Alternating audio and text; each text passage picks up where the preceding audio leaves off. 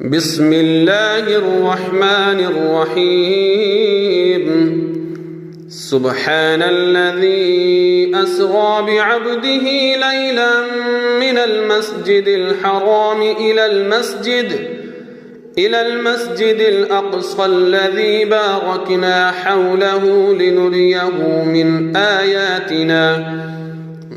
آياتنا إنه هو السميع البصير. وآتينا موسى الكتاب وجعلناه هدى لبني إسرائيل